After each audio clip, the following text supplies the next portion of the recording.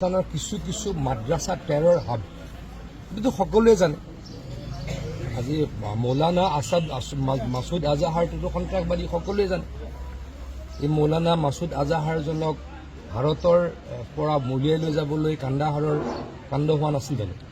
গতিকে এইজনটো সন্ত্ৰাসবাদী। তেওঁ য'ত থাকেতো টেৰৰ হাব হয়। গতিকে মাদ্ৰাছাত টাৰ্গেট কৰা হৈছে ক'ৰবাত য'ত প্ৰশিক্ষণ দিয়া হয়, পৰিচিত যাতে নহয়, য'ত প্ৰশিক্ষণ দিয়া হয় সন্ত্ৰাসবাদৰ, কিন্তু মছজিদক টাৰ্গেট কৰিছে বুলি মই নাভাবোঁ। গতিকে ভাৰতীয়সকল একলগ হৈ থাকিব লাগে। আমি ভাৰতত থকা সকলো মানুহ, সকলো ধৰ্মৰ মানুহ একলগ হৈ থাকিব লাগে। পাকিস্তানৰ পৰিচালনাত আমি পৰিচিত হ'ব নালাগে। পাকিস্তান আমাৰ শত্ৰু দেশ, পাকিস্তানৰ লগত আমি কম্প্ৰমাইজ নকৰোঁ। সেই ক্ষেত্ৰত আমি এক হ'ব লাগে। আমাৰ ইয়াত থাকি কোনোবাই পাকিস্তানক ছাপোৰ্ট কৰাটো ভাল নহয়, আৰু এই ক্ষেত্ৰত আমি অত্যন্ত দৃঢ় কঠোৰ। যদি কোনোবা ইয়াত থাকি পাকিস্তানক সমৰ্থন কৰে, আমি আৰু কঠোৰতম সিদ্ধান্ত ল'বলৈ বাধ্য হ'ম। পাকিস্তানৰ যি অন্যায় অবিচাৰ সন্ত্ৰাস আছিলে ভাৰতকেন্দ্ৰিক, তাৰ যোগ্য প্ৰত্যুত্তৰ ভাৰতীয় সেনাই নৰেন্দ্ৰ মোদী ডাঙৰীয়াৰ নেতৃত্বত আজি দিয়াত সকলোৱে আনন্দিত হৈছে।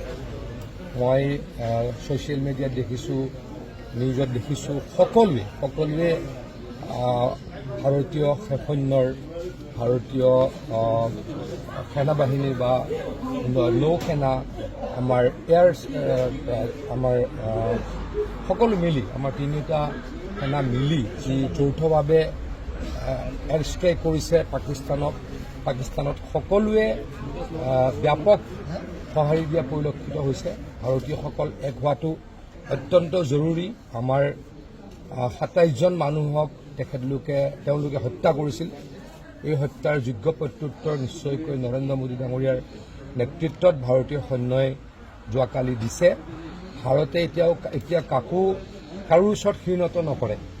সন্ত্ৰাসবাদীৰ লগত কোনো পধ্যে কম্প্ৰমাইজ নকৰে। তাৰ কাৰণে এই ব্যৱস্থা লৈছে। আৰু এটা কথা মই আকৌ কৈছোঁ, ৰাতিপুৱাৰ পৰা মই টিভি চাই আছোঁ, ৰাতিপুৱাৰ পৰা মই ছ'চিয়েল মিডিয়া চাই আছোঁ। সকলোৱে ভাৰতীয় সেনাক বা নৰেন্দ্ৰ মোদী ডাঙৰীয়াৰ নেতৃত্বৰ এই কামক সকলোৱে সমৰ্থন জনাইছে। আৰু ভাৰতীয়সকল একলগ হোৱাটো অত্যন্ত জৰুৰী এই মুহূৰ্তত, কাৰণ পাকিস্তান আমাৰ চিৰবৈৰী, আৰু আমাৰ দেশত সোমাই পাকিস্তানৰ সন্ত্ৰাসবাদীয়ে আমাৰ নিৰপৰাধী নিৰীহ লোকক হত্যা কৰে। গতিকে নিৰীহ লোকক হত্যা কৰাৰ যোগ্য প্ৰত্যুত্তৰ আমাৰ সেনাবাহিনীৰ পৰা, আমাৰ দেশৰ পৰা দিয়া হৈছে। কিন্তু আমাৰ সেনাবাহিনী বা আমাৰ দেশে এটা কথাত গুৰুত্ব দিছে যে কোনো চিভিলিয়ানক এটেক কৰা নাই। যিবিলাক টেৰৰ হাব, টেৰৰ লাঞ্চ পেড, সেইবিলাকতহে এটেক কৰিছে। গতিকে ভাৰতীয় সৈন্যই চিন্তা কৰি এই কামটো কৰিছে কাৰণে মই গৌৰৱান্বিত। অপাৰেশ্যন সিন্দুৰ নাম দি আছে, সেন্দুৰ মচি পেলোৱা হৈছে। ডেফিনেটলি আমাৰ কেনেকৈ দুখ লগা সেই প্ৰতিচ্ছবিবিলাক, ভিডিঅ'বিলাক আহিছিলে। নতুনকৈ বিয়া হৈ যোৱা বোৱাৰীবিলাকৰ গিৰিয়েকবিলাকক মাৰিছিলে, কেনেকুৱা বেয়া লগা এটা পৰিৱেশ হৈছিলে। গতিকে নামটো কি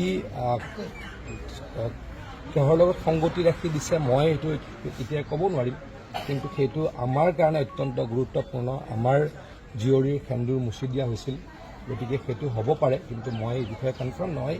কিন্তু যিয়ে নহওক, মই এজন ভাৰতীয় হিচাপে, ভাৰতৰ এজন সাধাৰণ নাগৰিক হিচাপে নৰেন্দ্ৰ মোদী ডাঙৰীয়াৰ এই সবল নেতৃত্ব